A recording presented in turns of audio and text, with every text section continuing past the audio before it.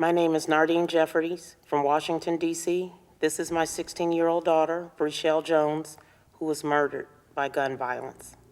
Tell us about that fateful day. My daughter Brichelle had attended a funeral earlier that day with some of her friends. A young man had been murdered 8 days prior to the incident that killed Brichelle and others. They had made it home from the funeral, and she gave me a call and asked could she take a backpack to her best friend.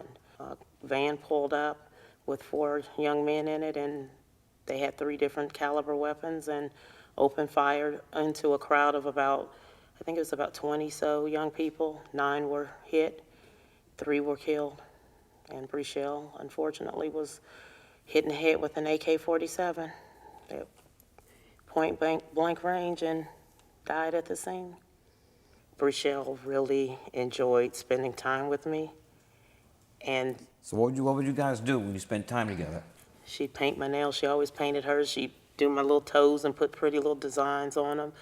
Sometimes she'd draw for me. We'd sit there and draw and, make little cards and things together. She liked to make beads and necklaces and things. I always felt so proud when I would hear her cell phone ring or the house phone ring, and Brichelle would say, I can't talk to you right now. Me and my mommy are spending time together.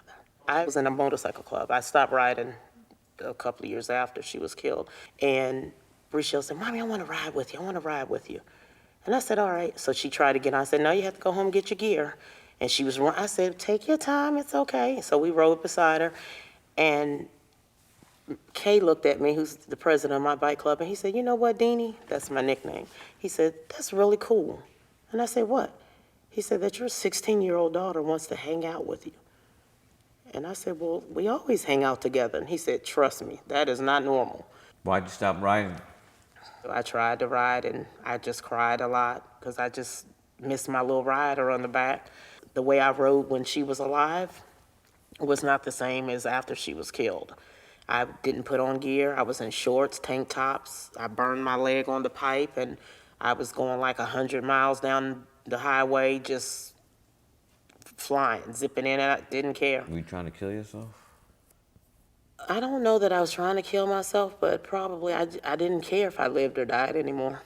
You're not the same. So I stopped riding because I didn't want to hurt myself. I didn't want to hurt anyone else because I thought, well, if I do something reckless on my bike, I could potentially, injure someone else or even kill someone else in a car because I'm being reckless.